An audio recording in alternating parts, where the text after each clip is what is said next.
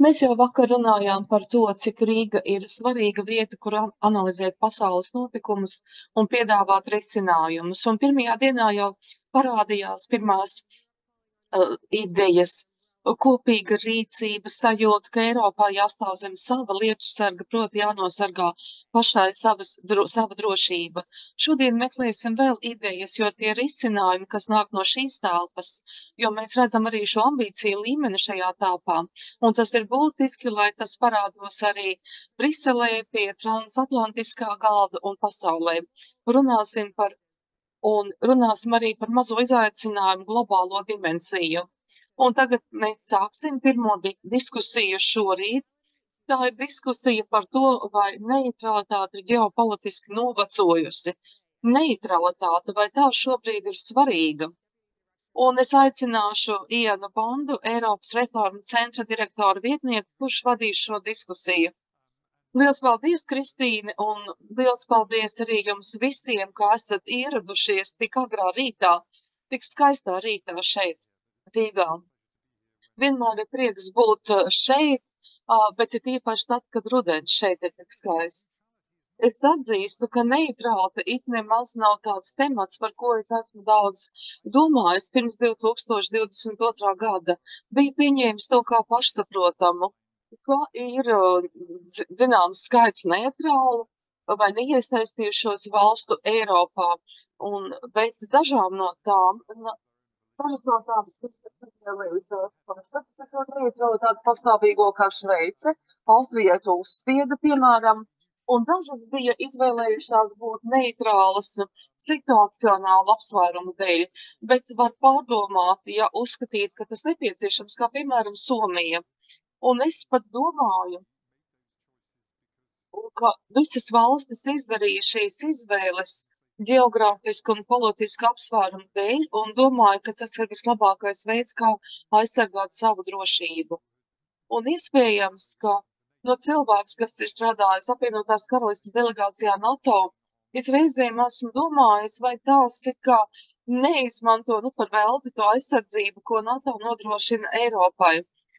Bet citām varbūt alternatīva bija tāda, ka tām jātērē vairāk aizsardzībai nekā tad, ja tās būtu iestājušās NATO. Bet tas viss bija pirms 2022. gada. Un es domāju, ka vēl diskusija ir par morāli, par neitrātas morāliskumu. Man vienmēr tā ir bijusi nedaudz mīkla, ka sociāldemokrātiska valsts, tāda kā Zviedrija, ar ļoti spēcīgu piesaisti cilvēktiesībām un tiesiskumam, ka tā tik un tā bija izgājusi cauri otrajam pasaules karam, piegādājot izēju materiālus nacistiskajai Vācijai. Kāpēc tā notika?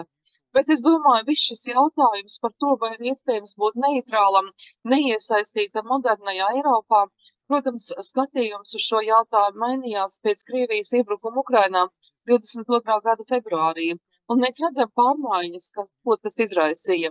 Mums bija 6 neitrālas valsts Eiropā, un tagad tikai 4, jo Somija un Zviedrija, jāteic, bez ievērojami, mazas satraukuma mainīja savu nostāju un kļuva par NATO. Tagad ir Austrija, Kipra, Īrija un Austrija, kas ir neitrālās valstis Eiropas Savienībā, bet es nezinu, ko tas nozīmē modernajā Eiropā un cik ilgspējīgs ir šis status. Un es ceru, ka šī izcilajā paneļa diskusijā mēs varēsim dažus no šiem jautājumiem apskatīt.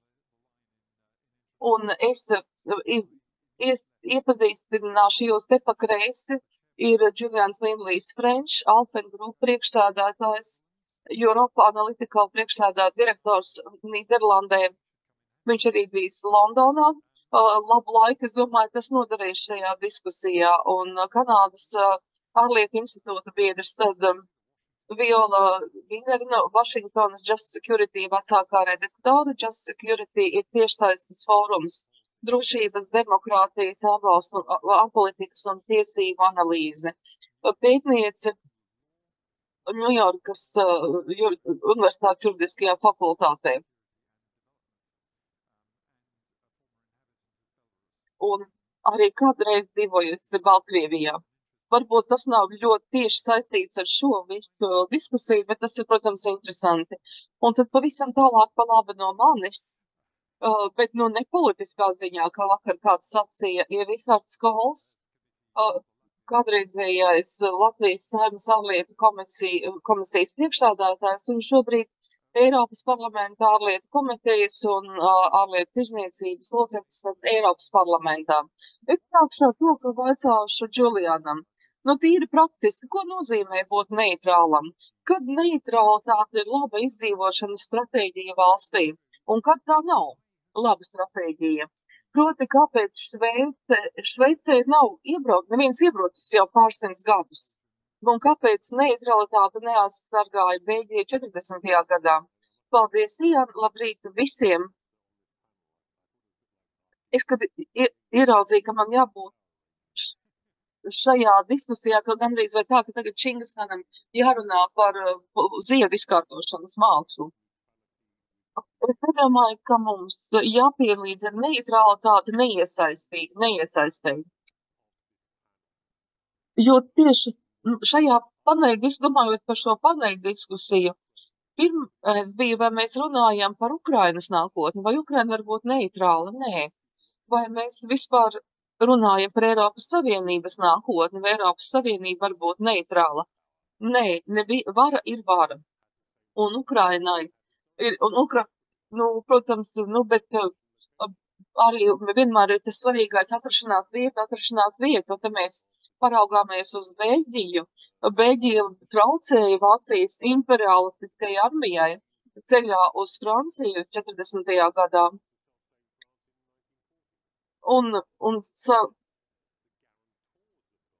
Ja vien Beļģijas neutralitātes garantētāji, kas bija Lielbritānija un Francija, būtu patiešām būtu darījuši visu, lai saglabātu Beļģijas neutralitāti, bet tas viss vienmēr bija ļoti trausls veidojums.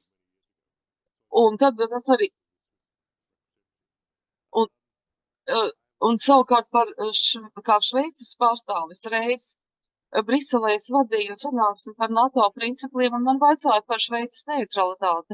Es sacīju, ka ir jāsaprot tas, ka Šveice ir tāda viļņota lielvalsts. Ja jūs to visu izlīdzinātu, šo reliefu, tad tā būtu lielāka par Ķīnu, tā kā nav ko jaukties tās lietās. Bet Šveice atradās ārtā vietā, lai varētu kalpot dažādu lielvaru vajadzībām. Un tāpat arī Šveices geogrāfija padarītu ļoti grūti jebkuru iebrukumu tajā. Tā ir vieta, kur ir ārkārtīgi grūti, ko pievarēt, ņemot vērā to dabas apstākļus. Bet tas nenozīmē, ka tā nav iesaistījusies, jo šī klātbūtne Ženēvā nozīmē to, ka Šveice ir iesaistījusies arī šajā, kā piedaloties programmā Partnerība mieram, un ir ļoti daudz apvienoto nāciju institūciju Ženevā. Un arī Šveices diplomātijas daba ir tāda, ka Šveice ir vienkārši citādāk iesaista nekā tradicionālajām valstīm. Jo nekāda īpaša labuma nebūtu, ja Šveice spēlētu citu lomu. Tā nekad nevarētu nodrošināt tādu militāro varu, kādu var nodrošināt citas Eiropas lielvalstis. Un tāpēc tā ir izvēlējusies spēlēt šo lomu. Īrija ir tāds savāds gadījums tajā ziņā, ka katru dienu šobrīd īri vaicā Britiem, lai atsūta savu Britiem, lai sūta savu karalisko šos gaisa spēkus, lai tad atturētu Krievijas gaisa spēkus. Tāpat arī flote arī vēršas pēc šiem Krievu iebrucējiem. Īrija ir neitrāla. Es varētu teikt tā, ka vienkārši tā greznība, jo atrodas līdzās Britiem. Protams, īri iekšēji sūdzās par mums, un, protams, tur ir zinām iemesli, lai to darītu, bet vienlaikus gūst arī labumu no mums. Bet, ja mēs tad piemēram, arī, piemēram, Afganistāna arī bija īru arī šīs vienības Īrija ir iesaistījusies. Tā tas nav, ka Īrija nebūtu nekur iesaistījusies, nebūtu sabiedrotie, tikai oficiāli nepiedāvā nevienai grupai. Un tad cita veida šī neutralitāte vienkārši izvēlēties būt neitrālam un vienkārši piespiest kā citām valstīm izturēties pret sevi kā pret it kā neitrālu, bet tāpat laikā būt ļoti spēcīgam. Es neuzskatu, ka neutralitāte ir novecojusi. Neutralitātes daba mainās līdz ar ģeopolitiskajām izmaiņām. Īri, Šveice, austrieši un citi bieži vien aizkulisēs spēlē ļoti konstruktīvas lomas, tiecoties pēc miera, bet acīm redzamu iemeslu dēļ un tādu arī mēroga dēļ. Varbūt viņu to talants tiek investēts efektīvāk nekā, ja tie censtos ģenerēt arī tādu militāro varu un cita veida diplomātisko varu, kā ASV, apvienotajā karalistē, Vācijā, citur. Nu, tas būtu mans sākotnējais komentārs. Lieliski, paldies! Un man liekas, jūs tāds arī labs ievads, ka jūs arī minējāt to, ka ir iespējams būt neitrālam, neesot neiesaistītam. Viola, jautājums jums par morāliskumu, cik morāla ir neutralitāte. Elijas Vīzels savā Nobela prēmijas pieņemšanas runā 86. gadā sacīja, mums vienmēr ir jānostājas kādā pusē. Neutralitāte palīdz apspiedējiem, nekad nepalīdz upurim. No otras puses, Šveices federālajā padomē lūdza atkal paraudzīties uz šo neutralitātes jautājumu 22. gadā pēc Krievijas iebrukuma Ukrainā. Un viņi secināja, ka neutralitātes prakse joprojām nodrošina Šveicei pietiekami iespēju reaģēt uz notikumiem Eiropā arī pēc kara sākuma Ukrainā. Vai Vizlam bija tiesība, bet vai tiešām ir apstākļi, kad neutralitāte ir pareizā morāliskā atbilde? Manuprāt, interesanti šajā ziņā ir tas, es varētu teikt tā, ka es raugos uz šo jautājumu tādā plašākā tvērumā, miers un drošība. Es neesmu pārliecināta, ka var izteikt tādus visaptverošus, vispārīgus spriedumus vai izteikumus, ka tas vienmēr nāk par labu apspiedējiem un ka tas nekad nepalīdz upurim.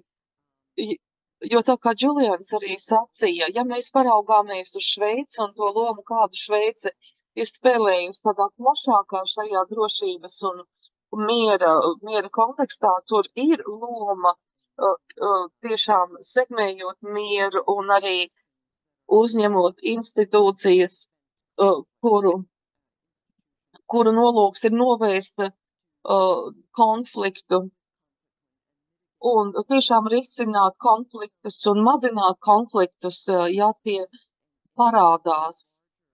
Es uz to raugos plašākā ietvarā, kad mēs runājam par neutralitāti, par kādu veidu neutralitāti mēs runājam un kādā veidā tā tiek realizēta. Nu, protams, ir tā iziet ārpus ārpolitikas robežām, un, protams, tā mainās laika gaitā. Tā ir jāadaptējas. Bet es uz to raugos, piemēram, no savas pieredzes perspektīvas Austrumeiropā. Es 2 gadus dzīvoju Baltkrievijā no 97. līdz 99. gadam, atbalstot neatkarīgos mēdījus. Un tad 9 mēnešus es nodzīvoju Polijā, un tad arī vispār strādāju plašākā reģionā, Krievijā, Slovākijā, Ukrainā. Un pēc tam, pēc kara Bosnijā, arī atbalstot neatkarīgus mēdījus dažādos veidos.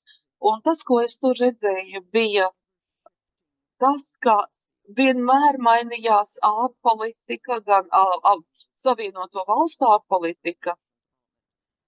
Un daļa bija ASV, man bija tāds līgums ar ASV šo aģentūru ārvalstu attīstības atbalstam, un tātad nodrošināja atbalstu mēdījiem šajā reģionā.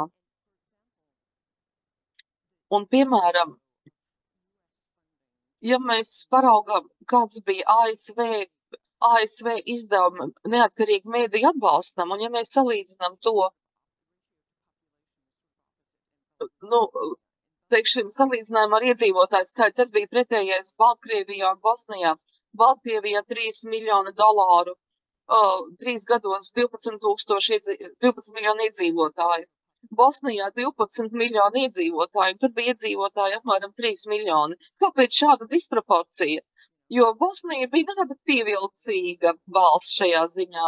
Pēc kara un tur rietumos visi bija 4 gadus ar to, nu, tā kā bija veltījuši tam uzmanību, un tagad centās Bosnijai palīdzēt atkal atjaunot savu valsti. Un pamatojums bija ļoti lielā mērā atkarīgs no ASV arī iekšpolitiskā konteksta.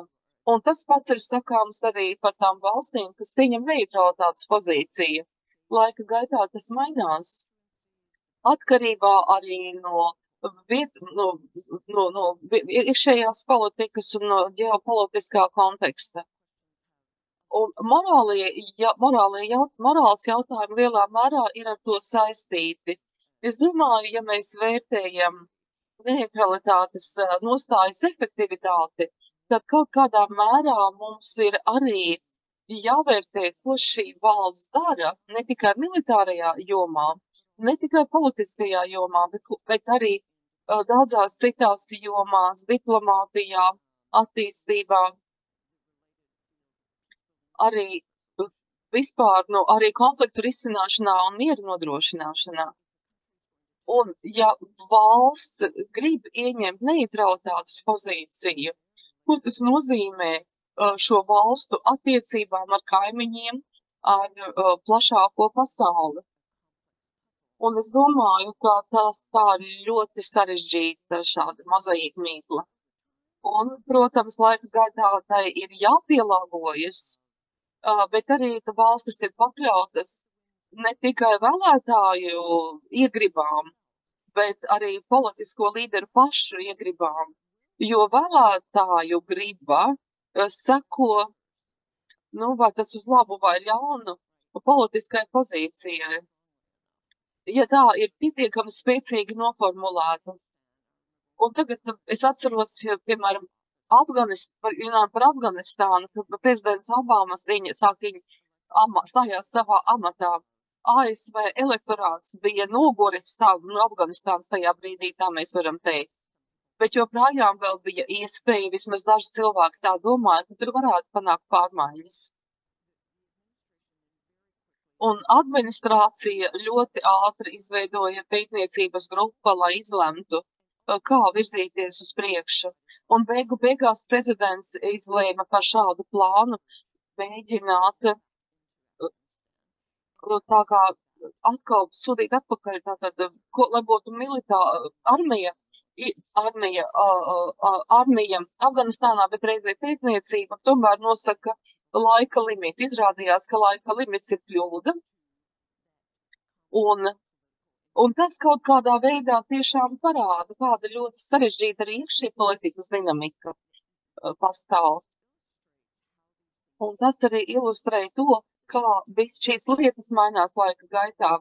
Bet vienlaikus, ja paraugāmies uz šo situāciju, es domāju, ka tas diplomātiskā aktivizācija patiešām netika realizēta, atšķirībā no militāro darbību aktivizācijas. Un tas ir viens no tiem lielajiem svarīgajiem jautājumiem, kas vienmēr ir jāņem vērā. Proti, kas vēl ir iesaistīts šajā dinamikā? Paldies! Liels paldies! ES nav militāra vara, un tur ir citi apsvērumi. Rihard.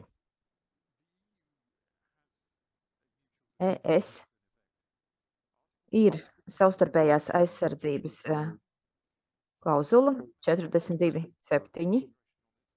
Ja dalībvalstī uzbrūk cita valsts, dalībvalstīm ir jāsniedz visa iespējamā palīdzība, bet ir arī iespēja izvairīties.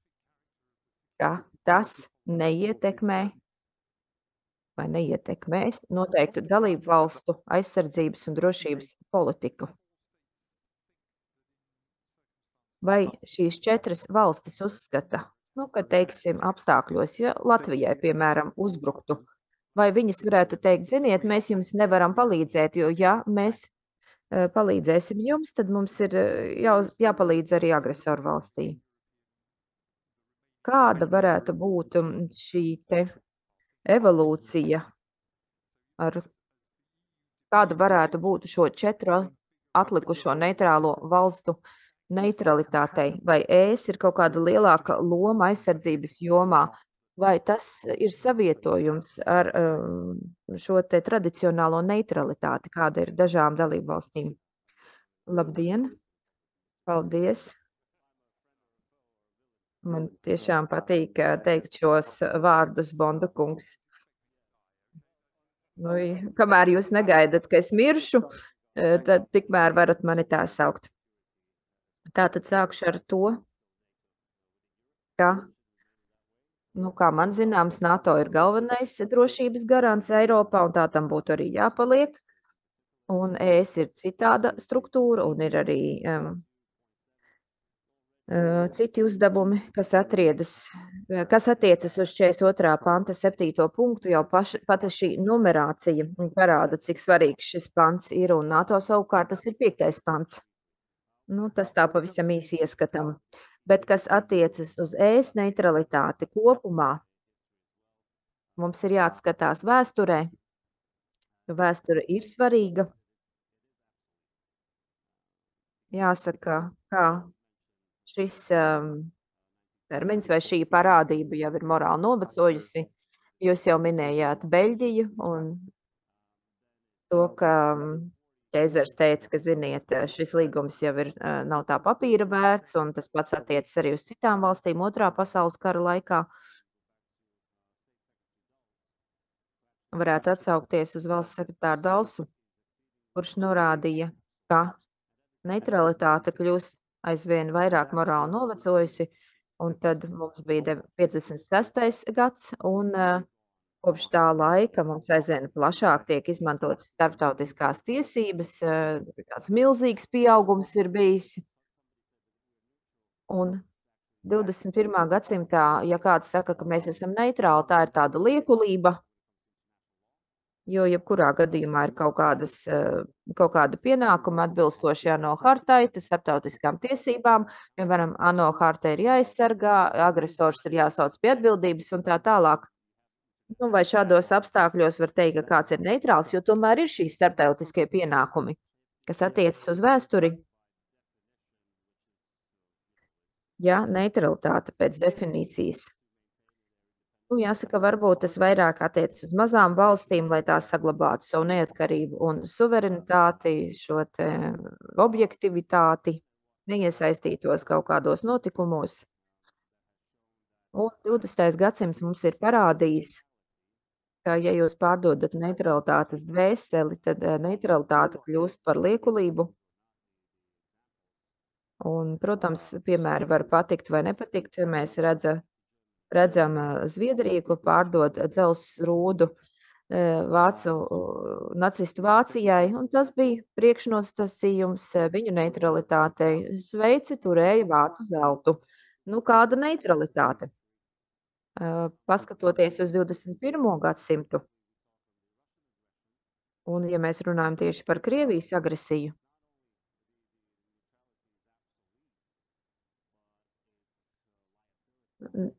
neutralitāte vairs nav ne tikai novecojusi, tā jau ir kļuvusi par atbildību. Atgriežoties pie 42. panta 7. punkta, ir 4 dalībvalstis, kas varētu izmantot šo glābšanas klauzulu, jo ir šī savstarpēja atbildība, bet tad ir iespēja izvairīties. Es domāju, ka Krievijas agresijas Ukrainā brutalitāte un tas raksturs, tas nav kaut kas izolēts. Es domāju, ka ES dalību valstis to labi saprot. Ļoti labi mēs to redzam Somijas un Zviedrijas piemērā, kuras pievienojās NATO. Tas sasaucas arī manis sākumā teikto, ka NATO ir galvenais drošības garants. Bet tas ir arī signāls, ka 42. panta 7. punkts varbūt nav īsti nozīmīgs. Un tas bija šo valstu pamatā pievienoties NATO. Vēl var minēt arī Īriju un Austriju. Viņu vadītāji jau ir teikuši, ka viņi nav 100% neitrāli. Un tā tas ir aizvien vairāk, jo nevar būt neitrāls, ja ir hibrīdi uzbrukumi, hibrīda karadarbība. Jūs savu ienaidnieku neredzat, bet jūs ietekmē, piemēram, dezinformāciju.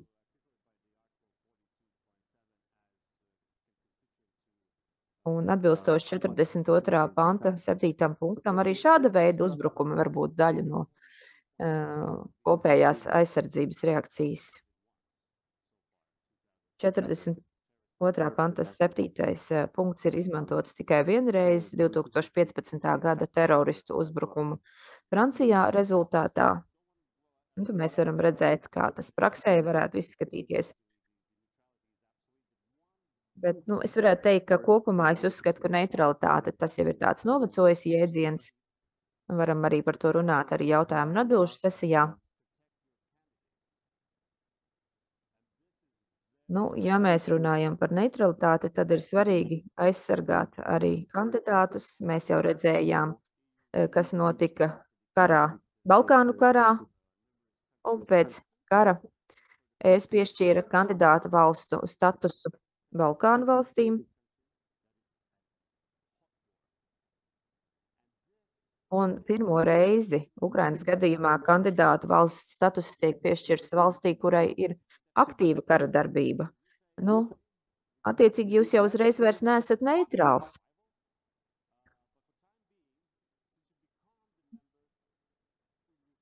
Un, diez vai var būt tā, ka, ziniet, jūs te tagad cīnāties par izdzīvošanu, bet tikmēr mēs būsim neitrāli, lai gan jūs esat kandidātu valsts.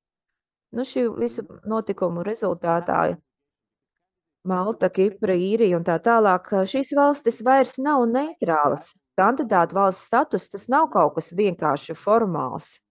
Kandidātu valsts status jau savā ziņā nozīmē dalību šajā organizācijā. Te uz spēles ir likta ES uzticamība. Un runājot par Krievijas agresiju Ukrainā, mums laikam ir ļoti rūpīgi jāpārdomā, ko mēs sakam. Julian,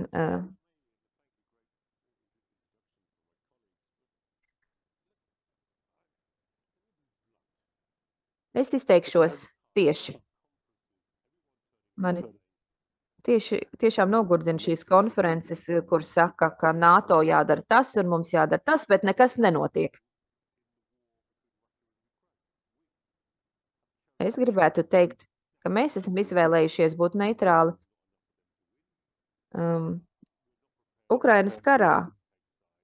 Jā, mēs dodam ieročus, bet ar tiem nevar uzvarēt, jo nav pietiekami, lai uzvarētu, bet mēs neko vairāk nedaram.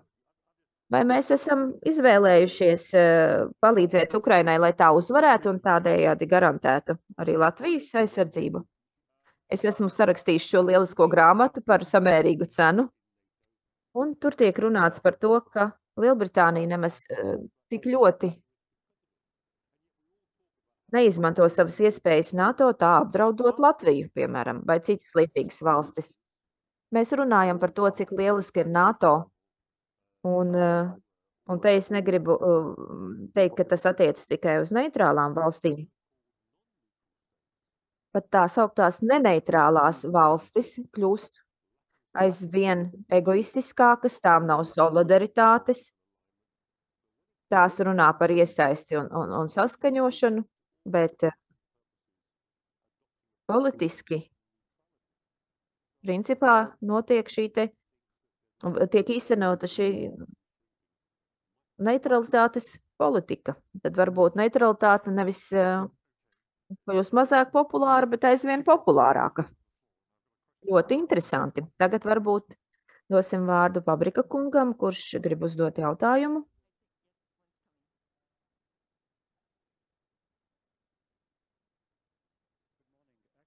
Labrīt.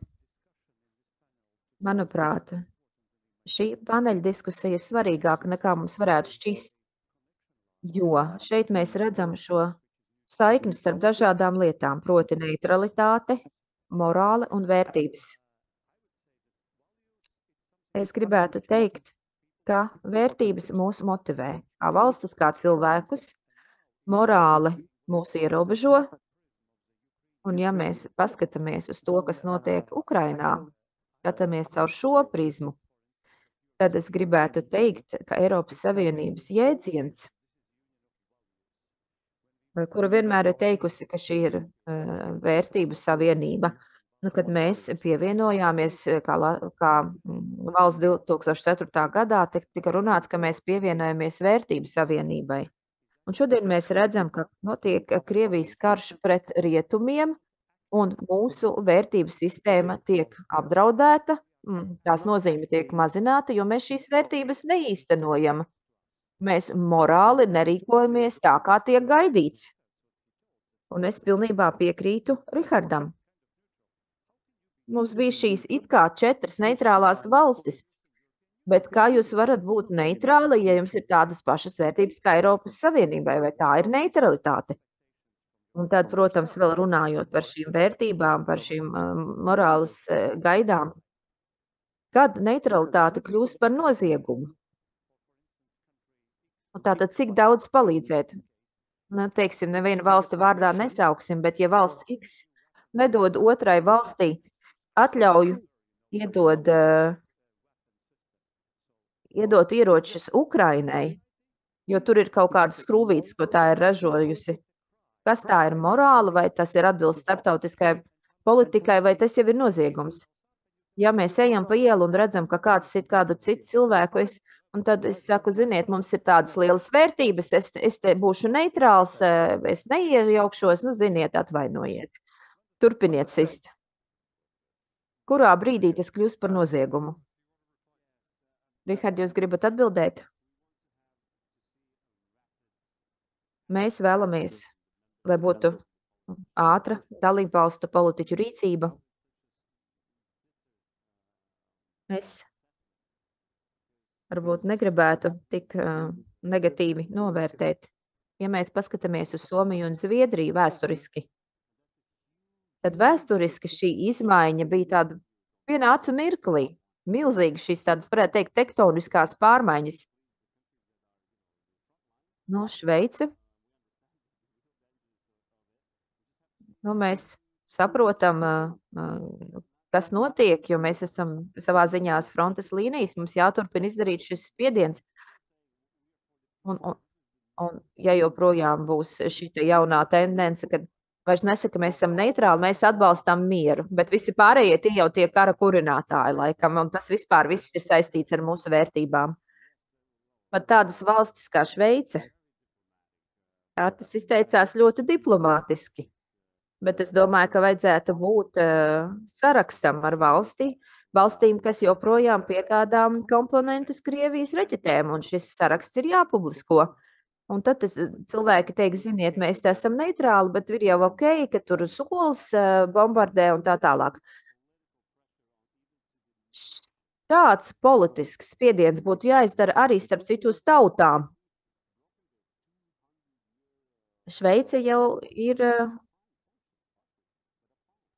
pārkāpusi savu neutralitātes 200 gadu principu, daļai piemērojot sankcijas. Arī tas jau ir tāds attīstības scenārijs.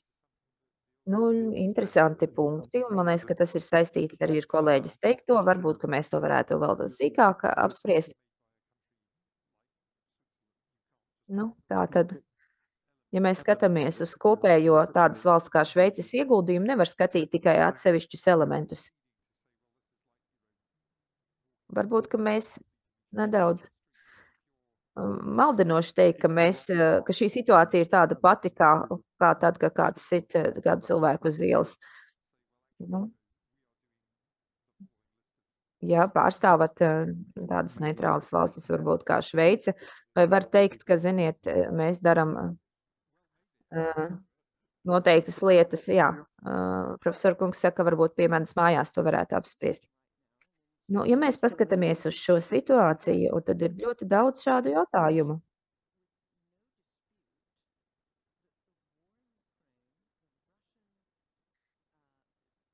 Nav nekāda šaubu, ka šis karš Ukrainā, Krievijas iebrukums, un pat sākot jau no 2014. gada, ir agresijas noziegums atbilstoši starptautiskiem tiesību aktiem.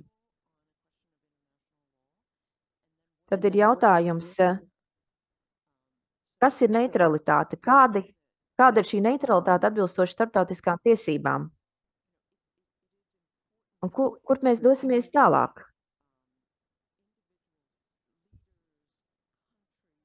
Ir svarīgi, ka ir līderi, ka ir valstis, kas var veikt šo starpnieka lomu, moderējošo lomu. Bet vai neutralitāte ir tāds efektīvs, derīgs vai efektīva, morāli derīga tāda pamatota pozīcija? Tas ir jautājums. Protams, ir šīs te it kā oficiāli neitrālās valstis, kas tika minētas. Tas šajā konfliktā varbūt nemaz nav tik neitrālas, bet praksē vai mēs tiešām esam gatavi tērēt ne tikai naudu, jo šeit jau nauda tiek tērēta, bet vai tā ir tā problēma? Un tad mums nākās saskarties ar šīm nepatīkamajām patiesībām. Tātad, vai mēs speram papildu soļus, ko mēs te savā ziņā minējām, vai tas ir risks, tas varbūt ir nērti, varbūt, ka mēs visi rietumos esam kļuvuši tik izlutināti labklājības ziņā, ka ir grūti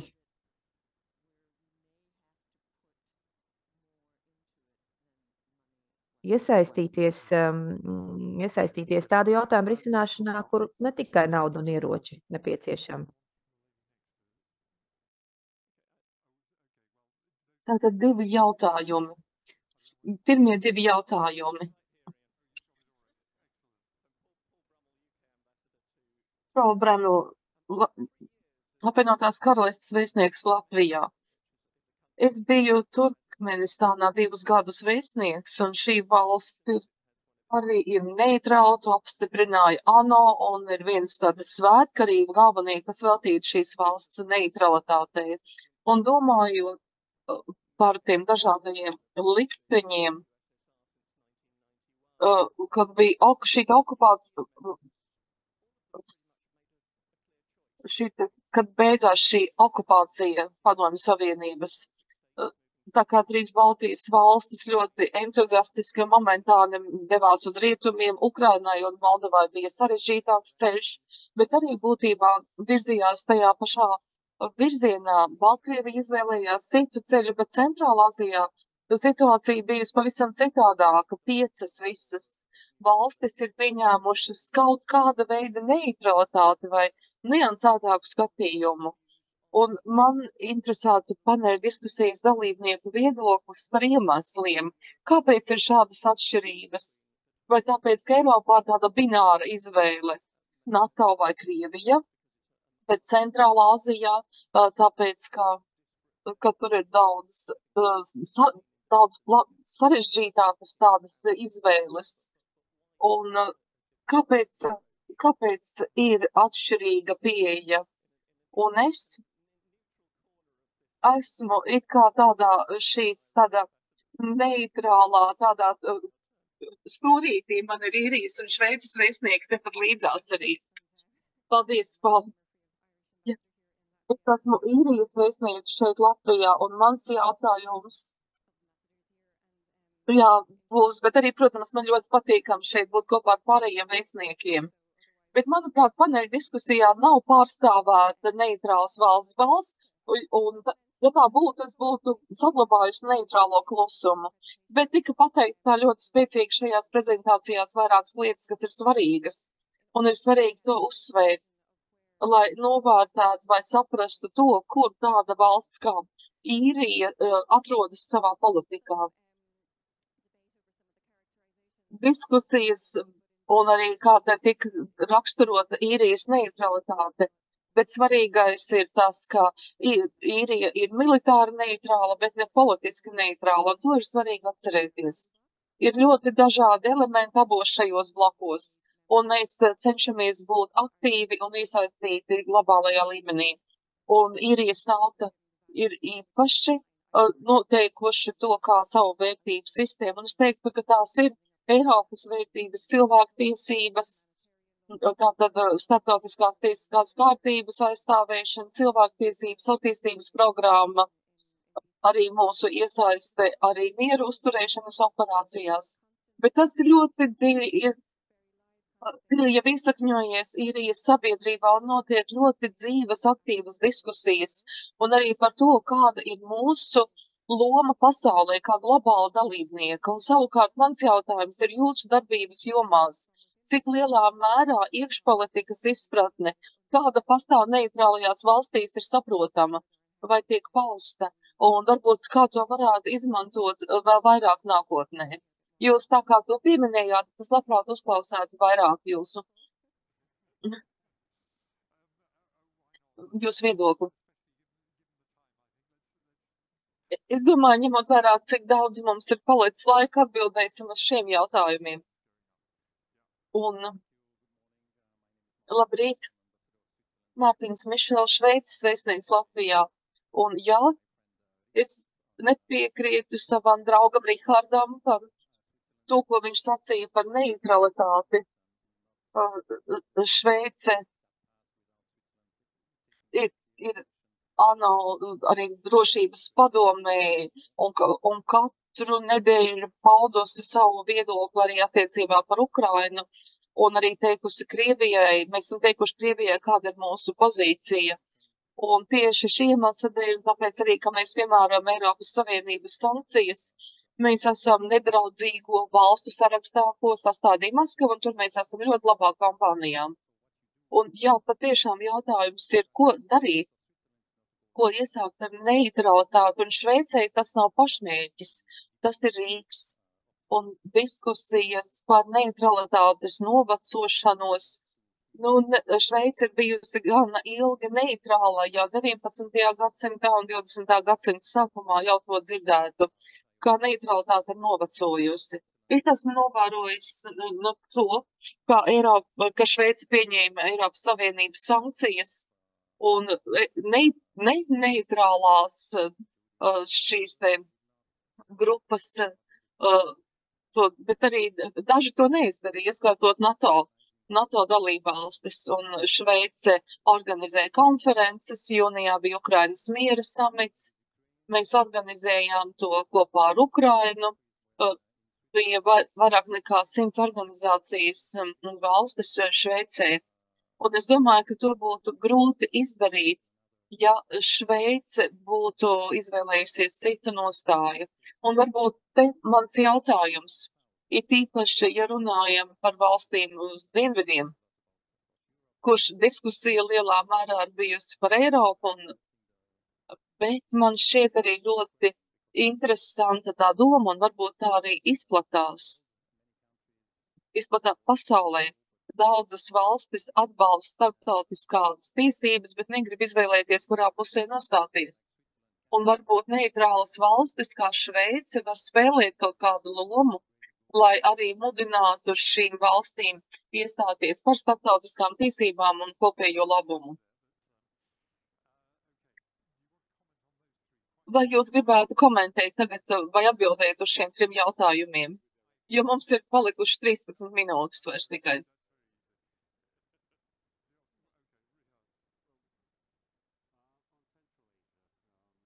Par Centrālāziju. Manuprāt, atšķirības vai iestāties kaut kādā tādā savienībā, kura kolektīva aizstāvība.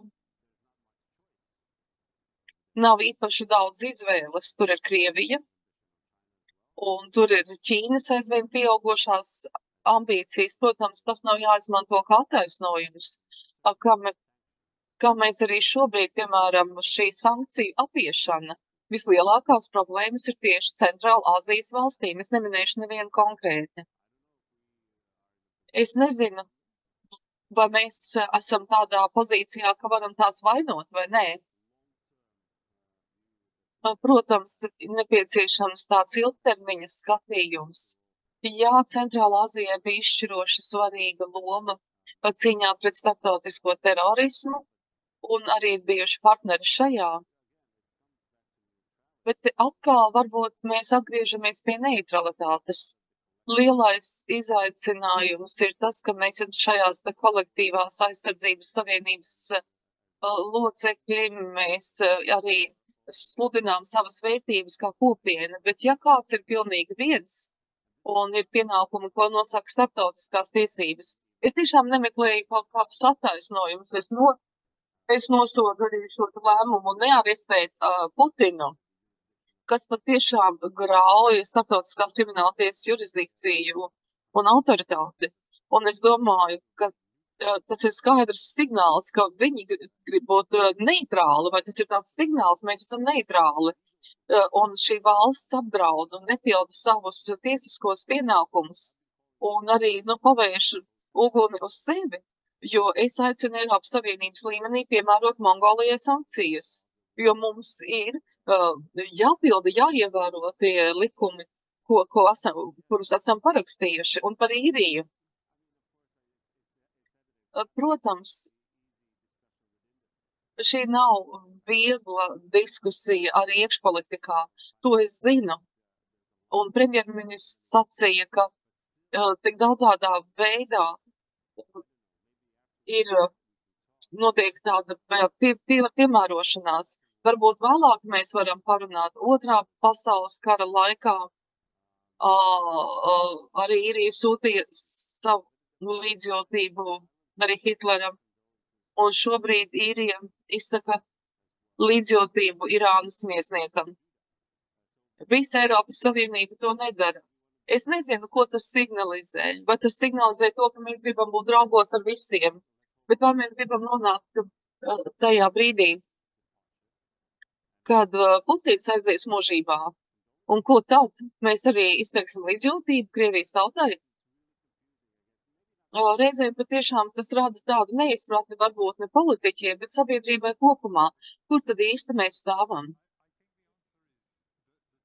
Manuprāt, atbilde ir, ka varbūt iekšpolitikas konteksts nav gana labi saprast. Vijāla, varbūt jūs. Manuprāt, pie kā mēs te tagad atgriežamies, ir diplomātijas jautājums. Mēs ļoti daudz runājam par militāro neutralitāti vai politisko neutralitāti. Un mēs ļoti daudz runājam, un varbūt tagad te būs nonākšu pretrunās pat ar sevi. Ir jāpieņem smagi, grūti lēmumi, jādara vairāk Ukrainas labā, jāsūt ieroči. Taču no otras puses, vai mēs darām pietiekami daudz pirms šī posma?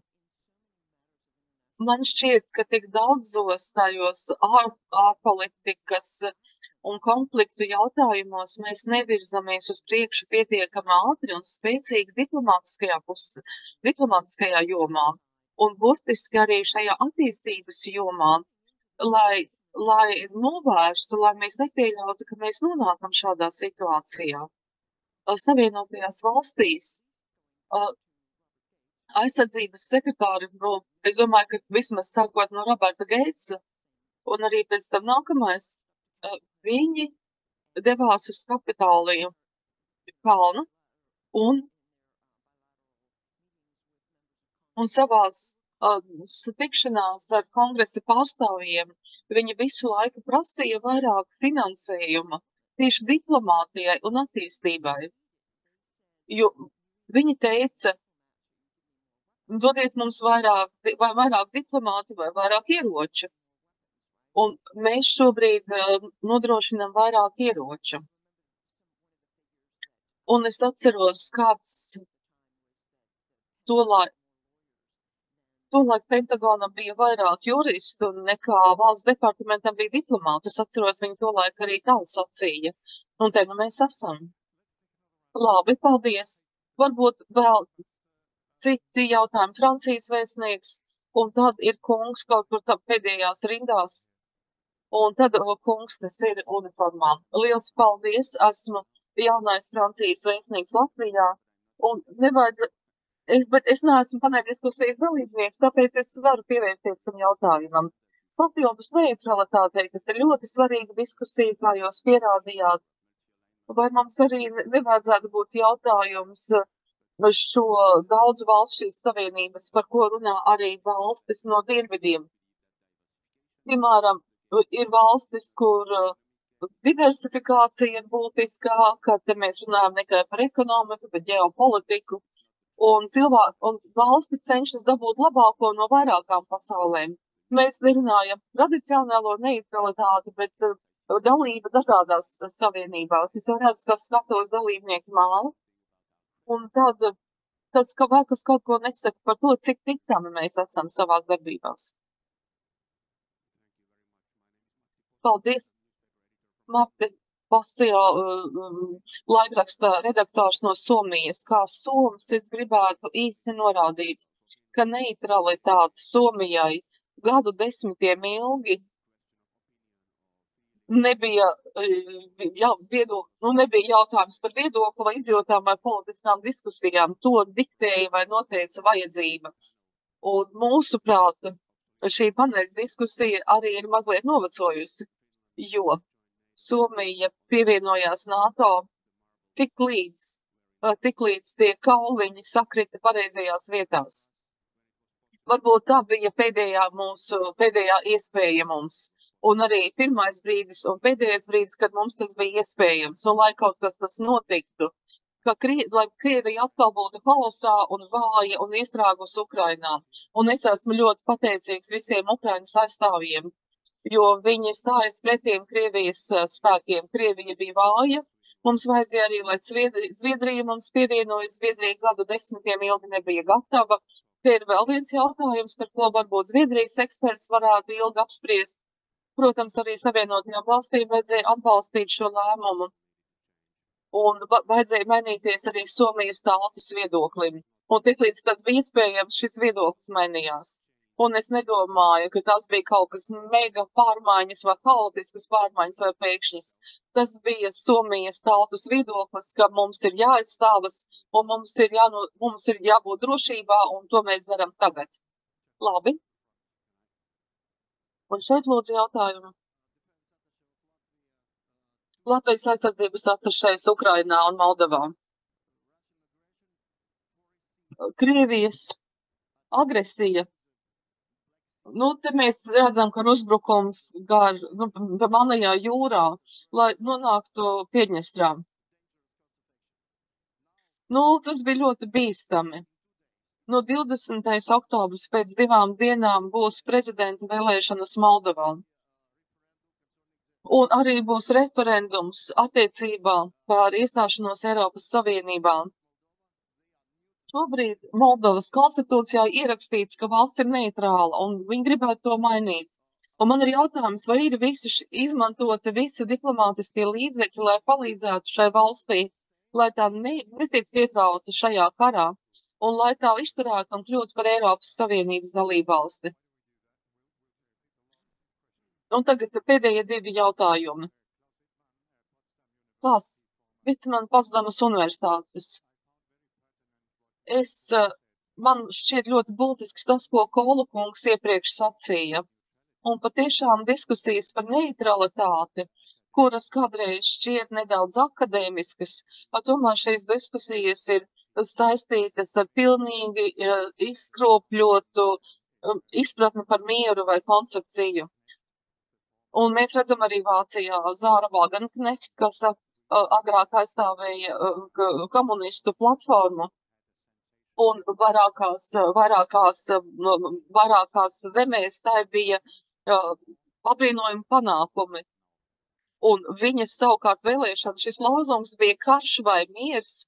Tā ir tagad jūsu izvēle. Es saku, viņa tikai tautu padara vēl dumjāku. Un viņa pieprasa apturēt ieroču piegādi Ukrainai, lai izrautos, kā viņa saka, no militārās loģikas.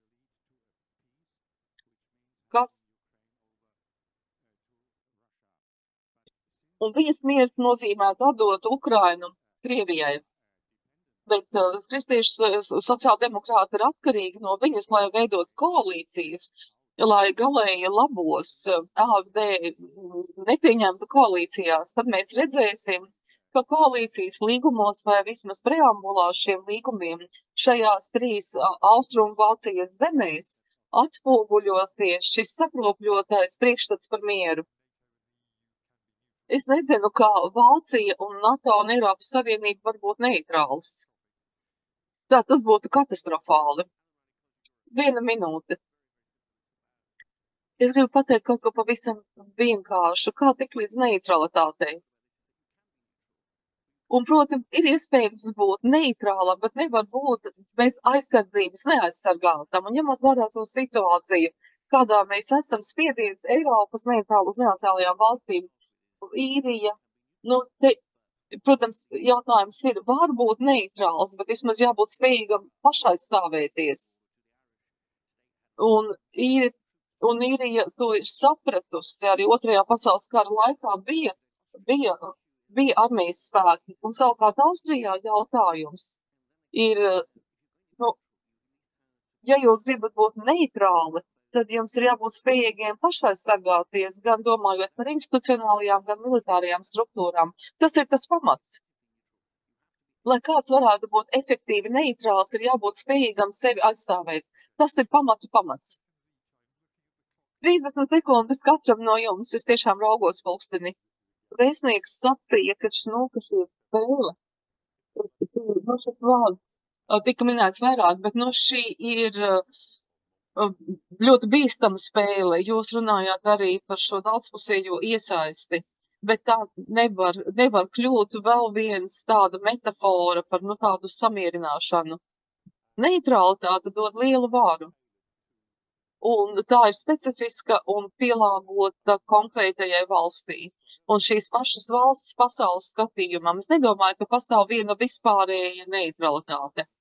Taču, kā jau es sacīju sākumā, neitralitāte nav neiesaiste.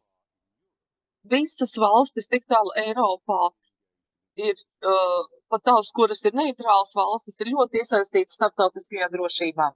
Es domāju, mēs atgriežamies pie jautājuma par diplomātiju, un mums ir ļoti skaidri jārisina tie konflikti, kuru šobrīd ir tik daudz, un to darot, ieguldīt daudz vairāk resursu diplomātijā. Un, kad pienāk laiks, tad arī attīstībā, lai novērstu šādas situācijas, lai nepieļautu to izcelšanos. Diplomātija tagad un arī diplomātija attiecībā uz tiem konfliktiem, kas veidojas. Jābūt radošai diplomātijai, un radoša diplomātija prasa tādu plašu tādu tvērumu, domāt tālāk par pašreizējā brīža konfliktiem un krīzi, domāt radoši, kā to risināt, ne jau caur šo samierināšanos, bet ļoti tādu pārliecinošu un spēcīgu diplomātiju vairākās frontēs. Un sākumā, pirmajos mēnešos pēc pilna mēroga Krievijas iebrukuma Ukrainā, mēs to redzējām, apvienoto nāciju diplomātija. Bet arī tā negāja pietiekami tālu un arī nesniedzās pietiekami tālu laikā. Un, Rihard, pēdējais vārds jums.